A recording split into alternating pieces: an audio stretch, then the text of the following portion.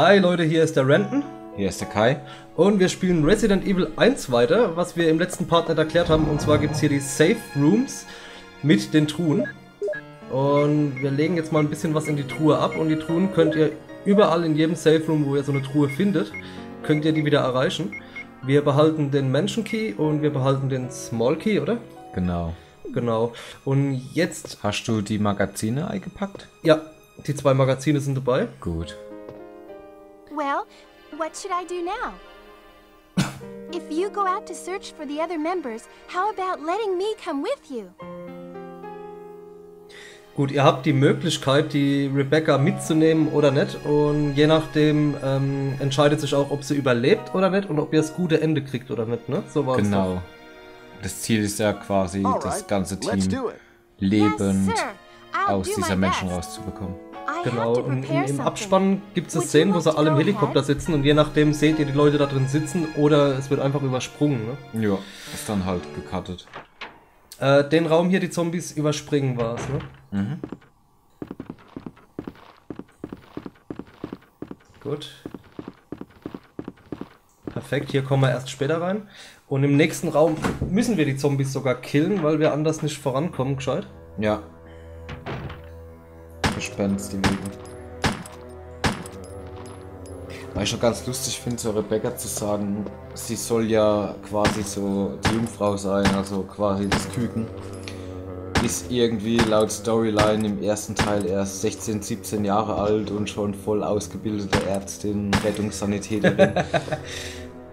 Expertin in Kräuterkunde und kennt sich mit allen möglichen Giftungen und Gifttypen und wie heißt's, gegen Gifte aus. Ja, die hat's drauf. Ja, ist halt echt schade, dass es nicht mehr mit ihr weiterging. Muss ich hier schon rein? Nö, aber du Ach, das war der Raum mit dem... kannst ein Magazin und eine Schrotflinte-Magazin drin finden, also ich würde es mitnehmen. Gut, alles klar.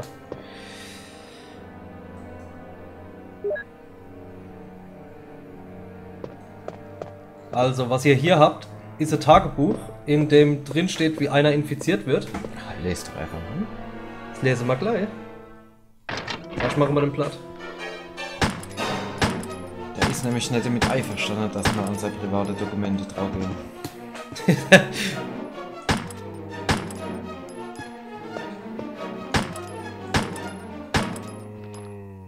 Das hat mich jetzt ordentlich Munition gekostet. Dafür nehmen wir aber die Schrotflinte-Munition mit.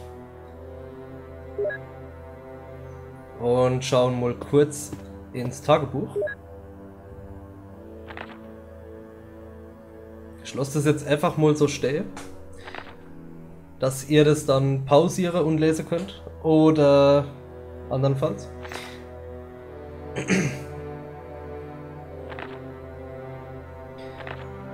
Auf jeden Fall geht es halt darum, dass dieser Forscher berichtet, wie er sich komisch fühlt und dass andere schon gestorben sind. Und hier fängt es schon an, Fever Gun, but itchy, also ja. Itchy tasty. Ich muss dich an der Stelle korrigieren. War das kein Forscher? Das war kein Forscher, sondern das war ein Orkstellter. Also in dem Fall war es, glaube ich, sowas wie ein Butler. Okay. Aber es kommen auch noch Gardearbeiter, also die Zombies quasi mit ihren grünen Kittel, das sind so Gardearbeiter.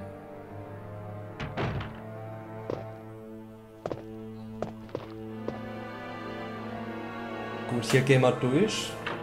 Man kann ja einfach Gärtner sagen, ne? Aber Man könnte auch Gärtner sagen, aber Gärtner ist langweilig. deswegen muss man Gardearbeiter sagen. Und wir gehen als nächstes geradeaus, ne? Mhm. Gut. Geradeaus durch die Blaudär. Oder gehen wir nur rechts entlang? Ne, wir gehen geradeaus, weil wir dann später an dem anderen Safe-Raum kommen, wo von der anderen Seite vom unteren Stockwerk aus verschlossen ist. Müssen wir quasi hinterumgehen. Okay. Hier nehmen wir mal jetzt die Karte mit. Hast du schon jemals auf die Karte drauf geguckt? Nee, ich glaube nicht. Ich auch nicht. Wie sehen die aus? Können wir aber jetzt mal zeigen, wie die Karte aussieht. So sieht die Karte aus. Ja. Interessant. Hier drin versteckt sich ein Zombie und ein Farbband. Brauchen wir jetzt nicht unbedingt, können wir später machen, wenn wir mehr Munition haben. Ne? Ja. Und wenn wir das Farbband wirklich nochmal brauchen. Also ist optional. Wow, der erste Hund. Was auch, die kleine Wichser sind ganz schön hartnäckig.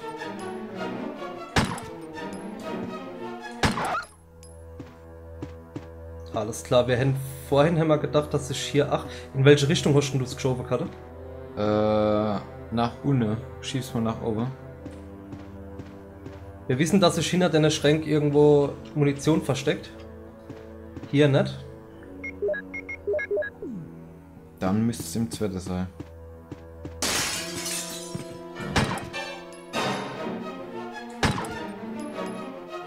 Meiner Meinung nach die nervigste Gegner im ganzen Spiel. Ah, den haben wir ja gerade noch so gut weggekriegt. Ich finde die Hunter, schlimmer, die später kommen. Ja, das kann man sehen, wie man will. Die Hunter sind halt ziemlich aggressiv und wenn du Pech hast, töten sie dich gleich. So, in diesem Flur hier, in der ersten Tür, versteckt sich ein kleiner Schlüssel. Soll man den gleich mitnehmen? Schau mal bitte... Oder lieber die Pflanze mitnehmen? Nee. Die Tür ist es übrigens nicht. Naja, du kommst raus in den Garten. Ne? Genau, da stehen dann ein paar Pflanzen rum. Also hier ist es mit dem Schlüssel. Genau. Lass mal da ist eine Badwanne drin mit grünem Wasser. Das können wir ablassen. Um den Schlüssel einzusammeln. Die Frage ist nur, nehmen wir ihn jetzt mit oder nicht? Ja, nehmen wir mit.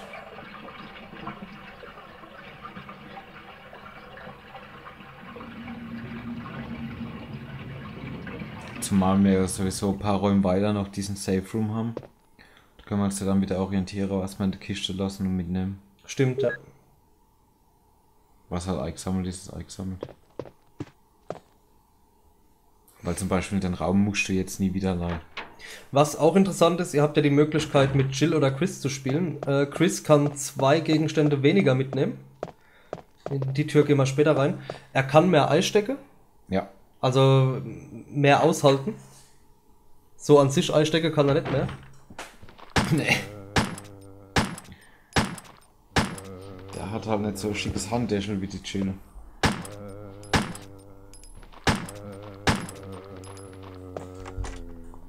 Ja, siehst, die wäre jetzt von der anderen Seite, wäre die Tür verschlossen gewesen. Ja. Ich habe jetzt, das sind eigentlich 2 oder 3 Zombies in dem Raum. Ich habe jetzt absichtlich nicht alle gekillt, wegen der Munitionsnot. Also hier merkt man auch richtig Survival Horror. Man muss gucken, was man macht, wie man es macht. Und was man wie einsetzt. Genau. Und da ist es dann auch wichtig, Boah, der viel eingesteckt, ey. abzuwägen, welche Zombies man definitiv umbringen muss und welche man sich einfach schenken kann. Ja, ja. Zumindest bis man die Schrotflinte hat und ein paar Schubladen geöffnet hat, ist die Munition sehr, sehr knapp bemessen. Gut, was ich jetzt machen werde, ich lege das Teil hier rein, lege die Munition hier rein und komme gleich wieder. Ich gehe nämlich zurück und hole die andere Pflanze und mische die Pflanzen, dass wir ein großes Gemisch haben. Nee, das brauchst du eigentlich nicht machen, weil wenn wir haben ja jetzt den Schlüssel geholt, den großen, und wir nehmen jetzt die Chemikalie mit. Und wenn ich mich richtig erinnere, kommen wir dann auch mit dem Schlüssel in den Raum, wo wir dann auch schon den nächsten Schlüssel kriegen. Okay. Und dazu brauchen wir die Chemikalie. Ja, für die Pflanze. Gehe ich den normalen Weg wieder zurück oder gehe ich oben rum?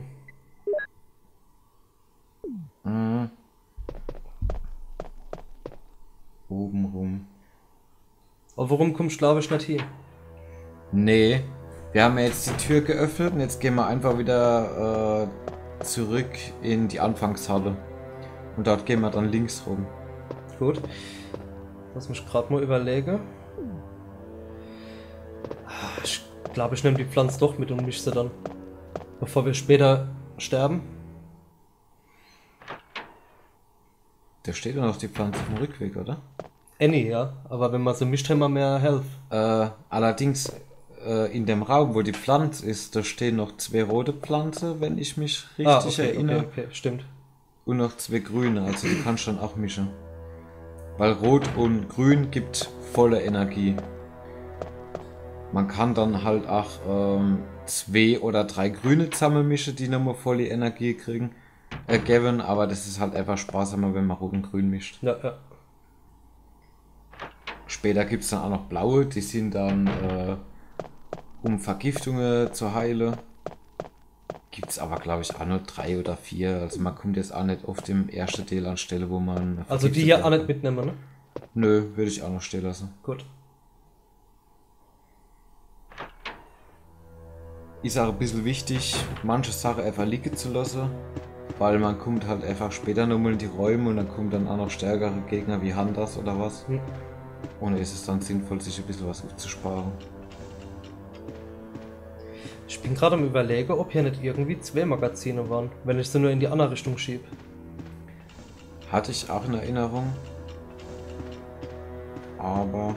Sieht nicht so aus. Scheiße. Weil wir haben nur noch 9 Schuss.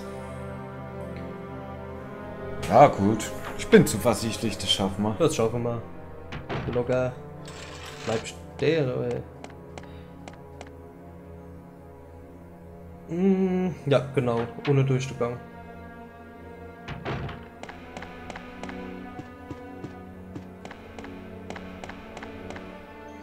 Ich das jetzt gerade zu sehen, das erinnert mich an das Remake auf dem Gamecube. Da haben sie sich ja dann extra viel Mühe gegeben. Da gab es zum Beispiel, konntest du noch hinter die Treppe laufen, was da 8 geht. Aber da war dann nochmal eine separate Tür, wo du reingehen konntest.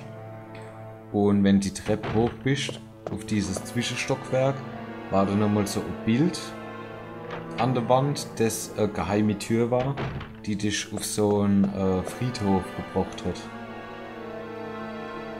Und da gab es... Bin ich in die falsche Sterne? einige Neuerungen, die ziemlich cool waren. Die dann halt auch nochmal neu. Hier schon neu? Ja, du kannst schon neu, aber es bringt ja nichts. Also du könntest jetzt quasi... den blaue Diamant holen und hier einsetzen. Was gibt's da? Ich meine, mit nur einem gibt es, glaube ich, nur Munition. Dann gucken wir mal, die holen wir irgendwann demnächst. Jetzt machen wir erstmal die Pflanze kaputt. Scheiße, habe ich ich habe die Chemikalie dabei. Ja, die hast du dabei. Und wenn dann noch den roten Diamant einsetzt und den Tigerkopf, kriegst du dann später die Colt. War das kein Magnum? Ja, Colt Python. Gut. Also hier die Pflanze, wie ihr seht, die bewegt sich unten und würde uns im Normalfall auch angreifen. Aber wir sind schlau, setzen die Chemikalie hier rein und killen somit die Pflanze. Ja. Die wird uns ziemlich heftig auspeitschen.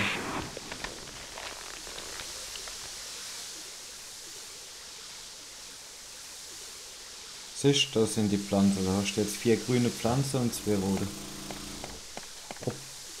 Ah doch, ich kann mischen. Dann mische ich mal 2. Und nehme dann noch den Schlüssel mit. Genau. Hast du vorhin den Schlüssel untersucht? Oder heißt der einfach Menschenkey? Die heißen alle einfach Menschenkey und dann guckst du dir die Schlüssel genauer an und siehst dann, was es ist. Und zwar gibt's Shield, Helmet, Armor und Sword. Armor und Sword, genau. Und das hier ist Sword. Genau.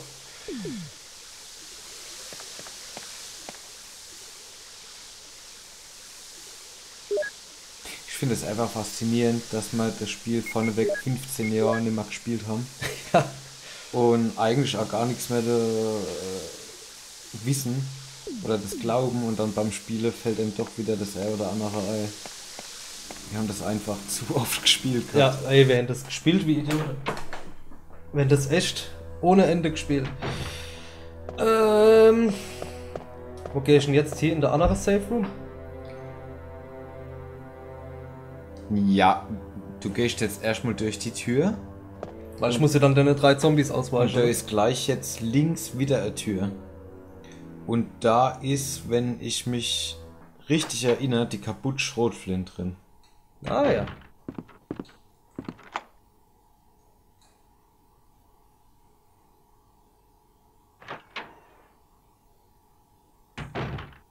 Perfekt.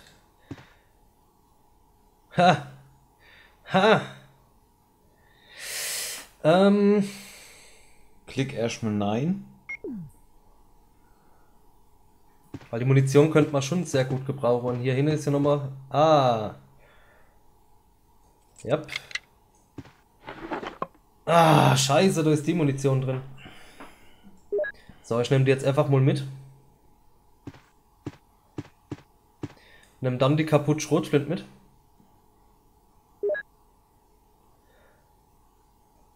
Und geht dann den Weg zurück, hol die Schrotflinte, komm wieder hierher mit einem leeren Inventar. Und so Hol die Energie, also sammle alles Ei, was wir jetzt nicht einsammeln konnten. Mhm. Ja, das ist mit dem Chris schon extrem schwerer, wenn man 2 Plätze weniger hat. Ja, man. Es ist nicht einfach nur die Tatsache, dass du 2 Plätze weniger hast, sondern halt auch, dass die Chillen Dietrich hat, Stimmt, ja. der fix im Platz hat, der nicht in deinem Inventar ist und du mit dem Chris halt die ganze kleine Schlüssel einsammeln musst und die du auch nicht aufeinander legen kannst, sondern immer einen einzelnen Slot in deinem Inventar verbrauchen.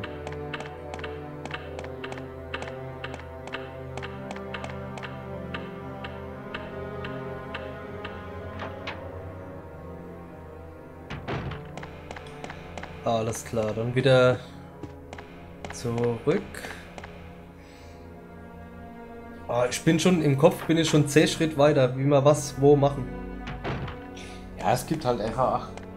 Das Schöne ist an dem Spiel, dass du einfach die Möglichkeit hast, auch wenn du einen Schlüssel oder sowas gesammelt hast, dass du verschiedene Wege einfach gehen kannst. Ja, du kannst dich entscheiden, wie es funktioniert. Und wenn wir es noch richtig im Kopf hätten, wird man es wahrscheinlich auch in 2 Stunden durchkriegen oder so, ne? Ja, 2, 3 Stunden. Also mein Rekord war mal 1 Stunde und 32 Minuten. Und das Ganze kann man dann noch verbinden mit so wenig wie möglich zu speichern und es gibt dann alle mal Bonis. Ja, ja. Was du, glaube ich, auch nicht einsetzen darfst für ein super duper Ende, ist Heilsprays, ne? Darfst du, glaube ich, nicht verwenden. Allerdings hat es mit dem Ende nichts zu tun. Sondern mit dem, was freispielst später. Genau, mit dem, was freispielst. Fuck! Fuck! Ja. Ich hätte einen Platz freilassen müssen. Gut. Wo ist der nächste Safe Room, den ich nehmen kann? Der nächste Safe Room. Ah, ja, ich weiß, ich weiß. Ich hab's schon im Kopf. Und zwar gehe ich hier geradeaus und dann gleich die der rein. Genau. Dann kommst du gleich in den Safe Room. Was du auch machen kannst, im weiteren Verlauf jetzt mal, die dere anklicken, du musst schon nicht unbedingt durchgehen, aber irgendwann hieß es dann, dass der Schlüssel Dass du nicht mehr brauchst. jetzt Ja. nutzlos ist. Genau. Dann stand wieder ein Platz frei. im Es Inventar. gibt auch Endschlüssel, der ist, glaube ich, wirklich nur dafür da, dass er dich zur Schlange bringt, ne? Ja, ich kann dir aber jetzt nicht sagen. Ich glaube, das ist der Helmet-Schlüssel. Ich weiß jetzt aber gar nicht mehr, wann und wo man den kriegt. Das ist blöd, dass man von der Kiste aus das Zeug nicht kombinieren kann.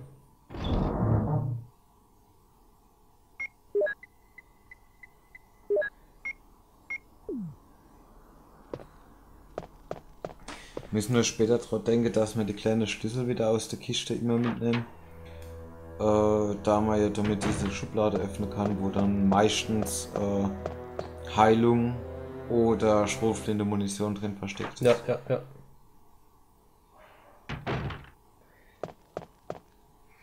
Was jetzt blöd von mir war, ich habe das Inventar nicht ganz leer gemacht, mache ich aber gleich.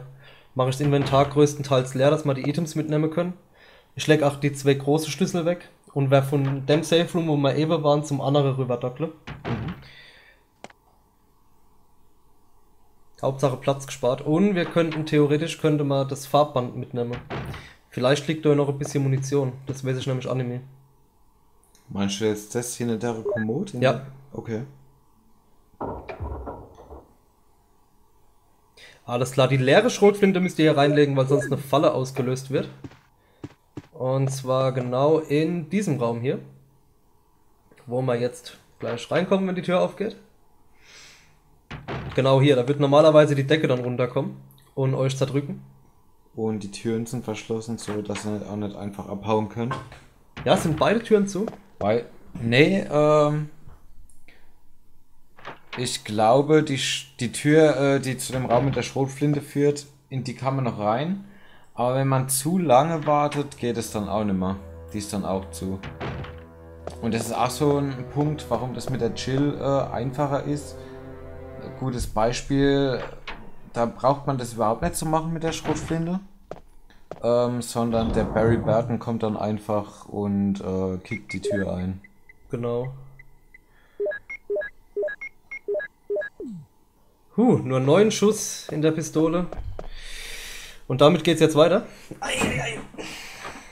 Das war halt noch echtes Survival-Horror. Das war richtig Survival. Ich bin auch am Überlegen, ob wir dann auf dem Rückweg, wenn wir im anderen Safe Room speichern wir am besten nochmal. Ja. Dann haben wir das alles. Hier hinten ist noch ein Raum mit diesen Bilderrätsel, wo du von Geburt bis zum Tod hin die Bilder klicken musst, ne? Genau, das Nervige an dem Raum ist einfach, oder auch das Gefährliche, dass da auch voller Krähen sind. Stimmt, ja. Aber das kann ich noch auswendig, das Rätsel. Das kann ich noch auswendig. Das ist gut, ja, aber soweit ich weiß, musst du das eine Bild aktivieren per Knopf und dann sind unter jedem Bild ist so ein Knopf dann und du musst, glaube ich, wirklich vom Babyalter bis zum Tod, ich glaube das letzte Bild ist der Tod. Vorher darfst du nichts anderes aktivieren. Genau. Weil sonst kommen direkt die Krähe. Können wir ja dann zeigen, wenn wir dort sind. Die Frage ist, lasse ich mich rennen, um Munition zu sparen, oder erschieße ich ihn? Ich würde rennen. Genau. Und jetzt auf den Kopf. Zack. Guck mal, die Energieanzeige, ja, die sieht auch noch relativ gut aus. Ja, wir haben ja grüne Pflanzen, die können wir ja theoretisch dann benutzen. Wenn es zu eng wird. An der Stelle auch nochmal gesagt, im Remake für den Gamecube war da auch ein Bild an der Wand und das war quasi die Geheimtür, wo die Umkleide drin war. Mhm. Wo du dann den Schlüssel gekriegt hast, wenn du es einmal durch hattest und du konntest dann weitere Outfits auswählen. Und genau. Und in den Raum musst du im Originalspiel gehen, um die Umkleide zu finden. Genau. Ich weiß auch, glaube ich, schon, wo wir als nächstes hin müssen. Und zwar in der zweiten Stock. Aber jetzt nehme ich mal das Schild hier mit.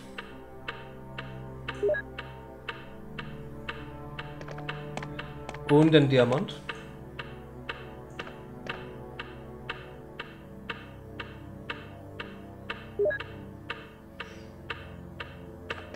Ich könnte in dem anderen Flur gucken, ob wir schon hinten in das Zimmer reinkommen, ne? In welches Zimmer? Wo das Piano steht. Dazu brauchst du den Schlüssel, den du in der Kiste gelassen hast. Ha, stimmt. Aber was du machen kannst, du kannst jetzt gleich den blauen Diamanten, den Tigerkopf einsetzen. Deshalb habe ich ihn gleich mitgenommen. Und dann lassen wir uns einfach mal überraschen, was wir dann kriegen. Gut, schauen wir mal.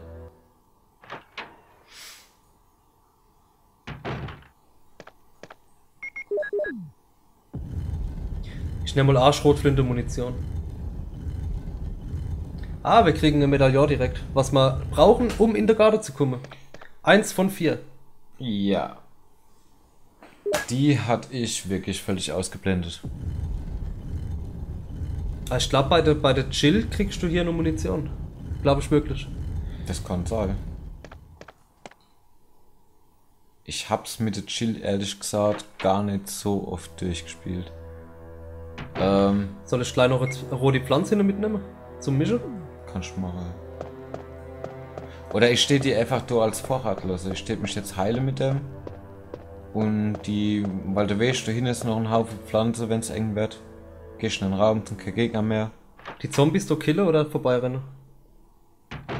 Steht vorbeirennen. Gut, hat das super geklappt. Alles klar.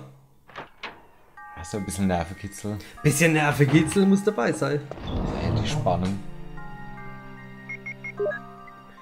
So, das legen wir gleich hier rein. Das Schild können wir gleich ablegen. Du musst am besten die 2 Farbbänder ablegen.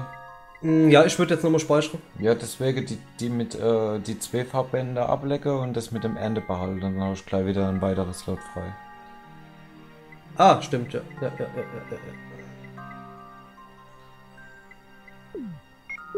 Rein theoretisch könntest du jetzt auch dann die Schlüssel wieder mitnehmen und Dann haben wir sie gleich beim nächsten Mal. ja auch das Emblem mitnehmen und dann könnte man auch gleich das in dem Pianoraum machen. Genau, dann machen wir das gleich im Pianoraum, vorausgesetzt wir kommen rein. Vorausgesetzt wir kommen rein. Und wenn mich nicht alles täuscht, kriegt man in dem Pianoraum auch gleich wieder den nächsten Hausschlüssel. Der nächste Schlüssel, super, alles klar. Gut Leute, dann danke fürs Zuschauen. Wir speichern hier noch ab und wir sehen uns dann beim nächsten Mal. Bis dann Leute, ciao. Ciao.